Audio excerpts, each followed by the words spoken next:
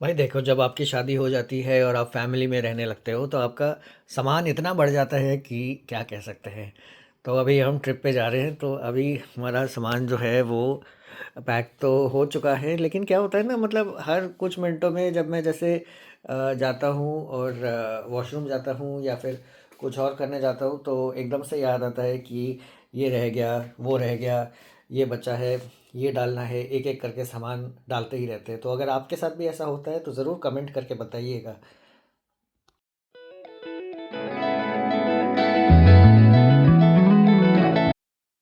दिल्ली से भीमताल की जर्नी हमने लगभग 7 से 8 घंटे में पूरा किया, और यहाँ के लिए हम दिल्ली मीरठ एक्सप्रेसवे से चलते गए। इतना स्मूथ रन है कि डिस्टेंस कैसे ख़त्म हो जाता है पता ही नहीं चलता। और इसी से जाते हुए हम हल्द्वानी क्रॉस करते हुए फिर भीमताल को पहुँचे। तो यहाँ पे जो आप देख सकते हो, इनिशियली तो रोड्स एकदम क्लियर थे, फिर थोड़ा ट्रैफिक बिल्डअप होना शुरू हुआ जहाँ पे थोड़े ट्रक्स वगैरह दिखने लगे।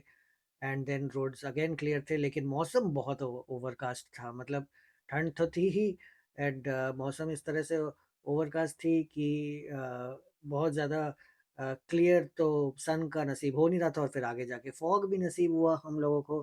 कहीं कहीं तो कोहरा कुछ ज़्यादा ही गहरा था, जहाँ पे सिर्फ सामने वाली गाड़ी ही अ, दिख रही थी, और सब लोग एक दूसरे के पीछे करते हुए चल रहे थे। अगर रोड ट्रिप पे जाना मतलब एक फॉग से दूसरे फॉग तक आपकी जर्नी। अभी जैसे आप पीछे फॉग छोड़ के आए थे, फिर धूप निकली, आपको हमने सनराइज दिखाया, अब फॉग आई, फिर गई, अब फिर से फॉग आ गई।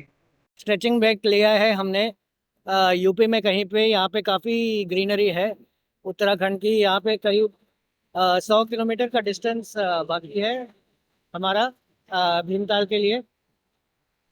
तो अभी उत्तराखंड एंटर तो नहीं किए हैं, लेकिन ये नज़ारा है, तो ये नज़ारे उतर देखने के लिए थोड़ा सा यहाँ से उतर गए। ये नज़ारे देखने के लिए थोड़ा सा यहाँ पे स्टॉप कर दिए, और थोड़ा सा स्ट्रेचिंग ब्रेक भी हो गया। कुछ यूपी के स्ट्रेचेस में हमें ग्रीनरी काफ़ी अच्छी देखने को मिली, लेकिन आगे जाके यहाँ फंस गए हम टोल प्लाजा पे। लेकिन आपको मैं ये ज़रूर बताना चाहता हूँ कि एनुअल पास जो आया है अभी राजमार्ग यात्रा ऐप पे, इसका ज़रूर प्रयोग करें। मैंने कम से कम 8-10 टोल्स क्रॉस किए थे, और किसी पे भी कोई पैसा नहीं लगा। अब कुछ टोल पे तो आपको पता ही है कि हर किसी के पास ये फ़ास्टैग तो होता नहीं है, और कई बार हम फँस जाते हैं। इसी तरह मैं फिर से फँस गया था यहाँ पे, और काफ़ी देर तक ऐसे ही अटके रहे। लेकिन अल्टीमेटली इस यहाँ से रिवर्स करके दूसरे लेन में जाना पड़ा, जो कि काफ़ी दुखदाई साबित हुआ। ये मैं खड़ा हूँ गजरौला के पास।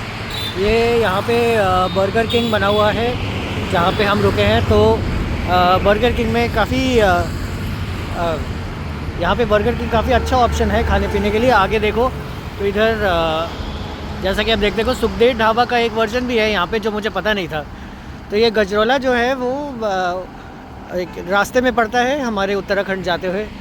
तो it is a good stop over option, bathroom washroom specially ladies के लिए काफ़ी कन्वीनियंट ऑप्शन है। और पार्किंग भी बहुत जगह है, मतलब सिर्फ यहाँ नहीं, बट पीछे से अगर आप देखो वहाँ से अंदर की तरफ भी और भी गाड़ियाँ लग सकती है। तो it's a good option to stop.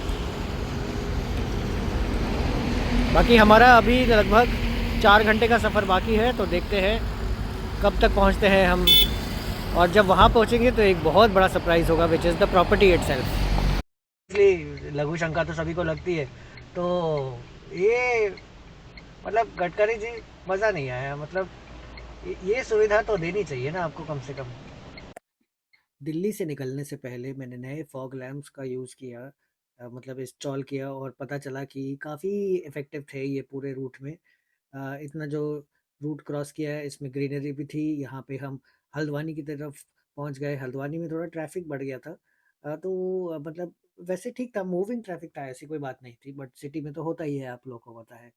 और धीरे-धीरे रोड्स भी थोड़े पतले हो गए, वो जो बड़ा हाईवे वाली फ़ील आ रही थी वो एकदम से ख़त्म सी होने लगी, और अब शहर के बीच में आए, और इस तरह हम चढ़ गए पहाड़ों की तरफ हल्द्वानी के बाद।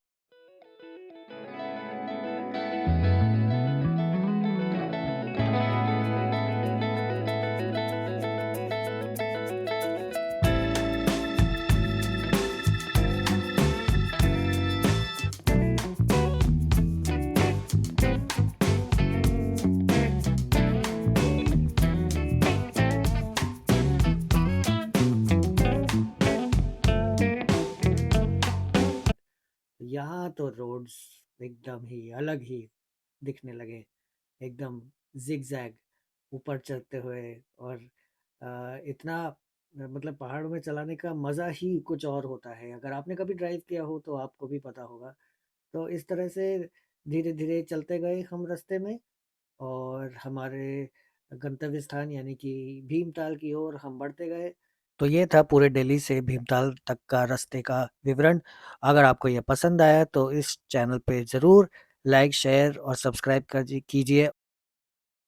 लास्ट में हमारे रूट से कुछ तस्वीरें मैं आपके लिए यहाँ पे छोड़ के जा रहा हूँ। आई होप आप एन्जॉय करें, और मिले हमें अगले वीडियो में एक नए जोश के साथ।